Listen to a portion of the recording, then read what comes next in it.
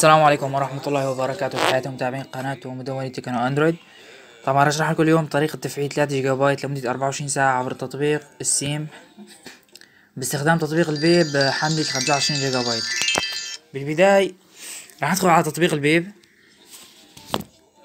على قناة ساني ابدي على خيار الدورموم، يعني الوضع شو بهدايا جديدة. عبر تطبيق البيب راح يجيك 3 جيجا بايت، عفوا عبر تطبيق السيم.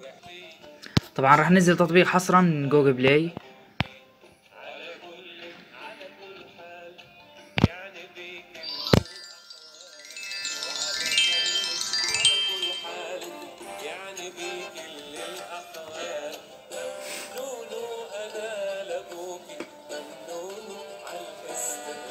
طبعا بعد ما نسجله التطبيق، شرحت لكم بالفيديو السابق اللي ما بسجل على الرقم، يعني اللي مسجل من قبل يسجل عن طريق الرقم والشفرة على الأربع اثنينات، واللي ما بسجل اللي مو مسجل يسجل من جديد. راح يطلب اسم وكنية وتاريخ الميلاد.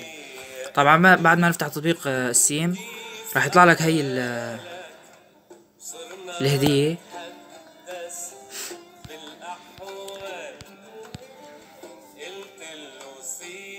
طبعا مبدأ الهدية انه تصور شي وتحدد بعض الخيارات وترفعها. منروح على خيار اندرم بايلاش. ايش شباب، طبعا راح اختار شي وحدة من هذين، مثلا تاني وحدة، او راح نختار هذا الخيار، هذا بالاحمر الزائد، يعني تنشر شي. يعني هون بتحدد، مثلا راح نحدد ديكوراسيون، ديكور او هيك شي، بدك موضة بدك اكل اي شي بصير.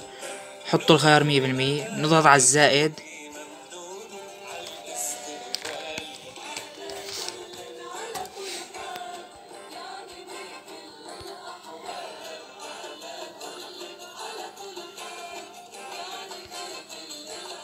عفوا شباب، اول شي راح نختار المدينة او المحافظة،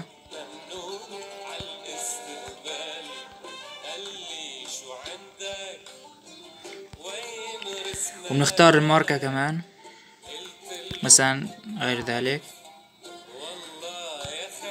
هون بتاخد اي صورة ان كان عندك او تصورها من جديد.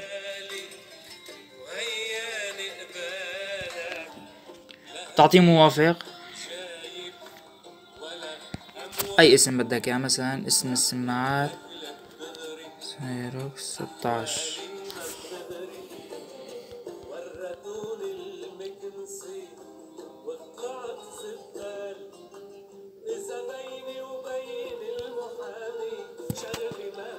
نضغط على خيار بايلاش. تمام.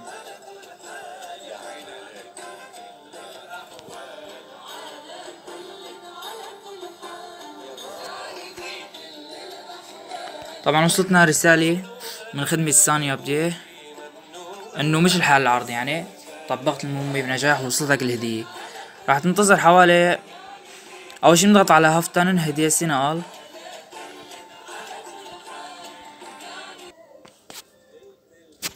ايه شباب، هلا بنرجع على خيار الدروموم.